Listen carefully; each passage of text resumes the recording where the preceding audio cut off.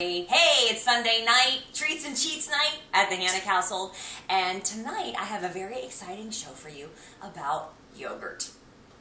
I didn't think yogurt was that exciting until I started reading more about the health benefits of yogurt. And yogurt's always been one of those go-to foods for me, and I know a lot of people that are on weight loss programs or diets, are eating a lot of yogurt. But I wanted to talk to you a little bit about some of the favorite yogurt recipes that I've been using and come up with over time.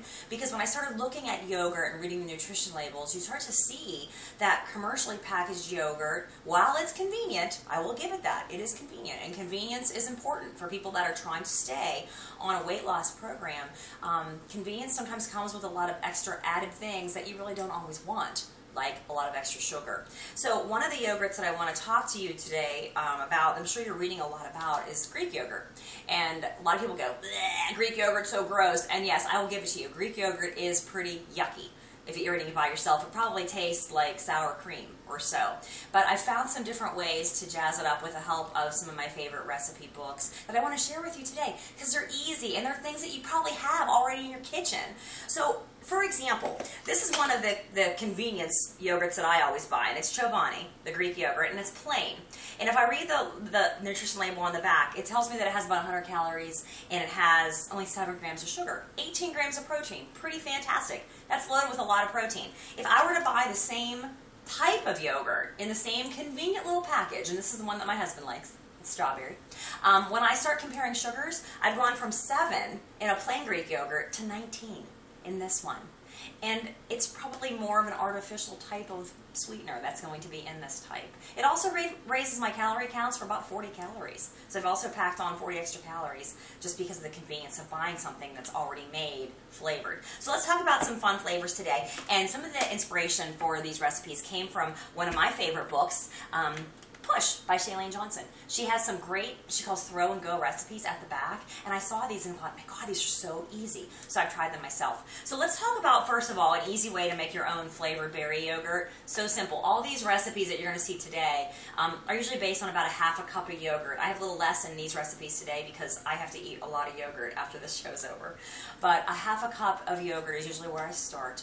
And one of the easiest things you can do is just go and buy your own frozen berry medley at the grocery store. If you have fresh berries, that's wonderful, but at this time of year, it is March, those get a little pricey. So you might just want to buy some frozen berries. All you have to do, mix it right in, and you have something that looks a lot more exciting and probably has a lot more chunkiness and texture to it than what you would find in a commercially packaged berry yogurt.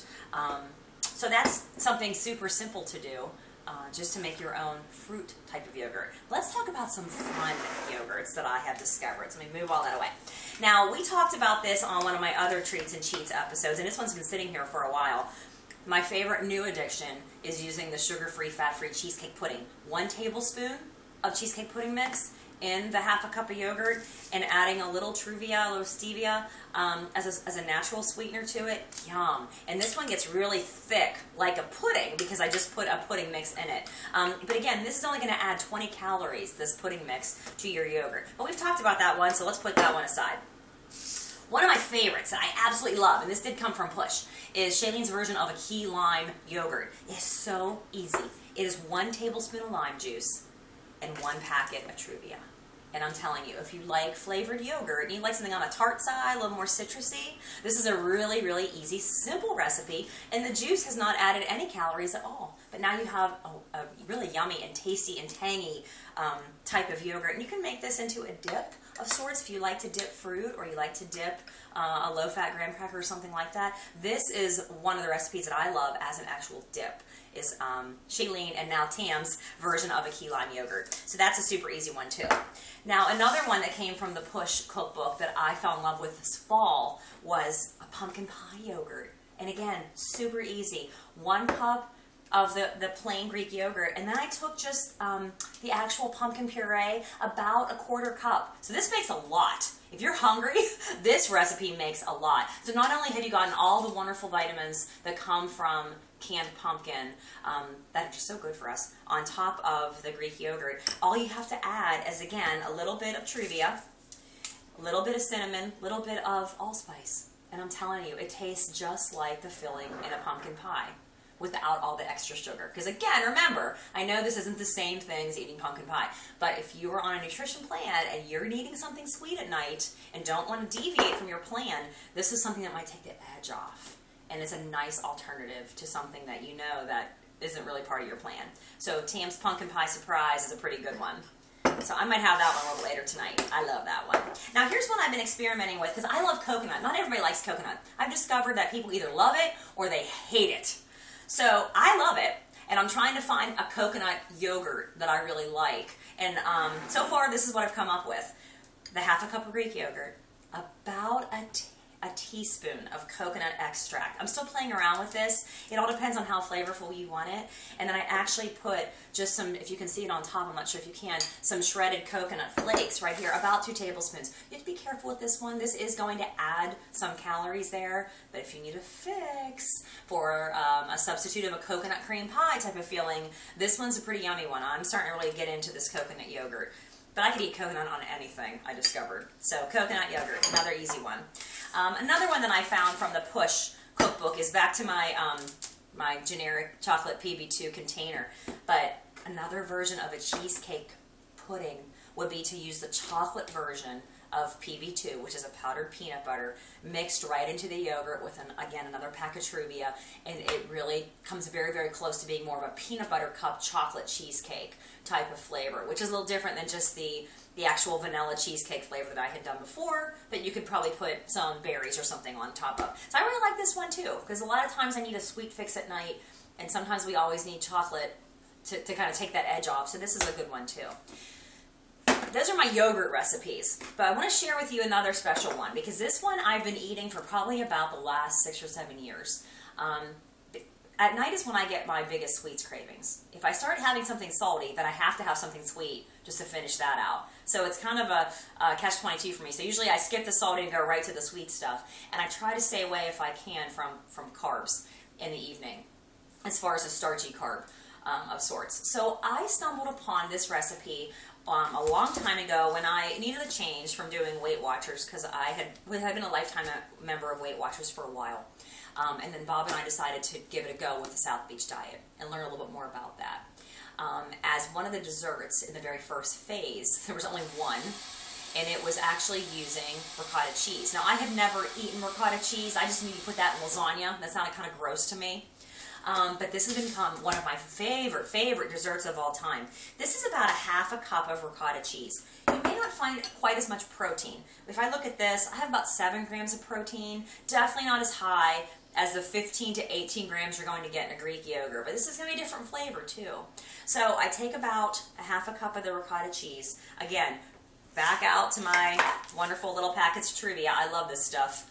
A packet of Truvia. And at this point, you can flavor this with anything.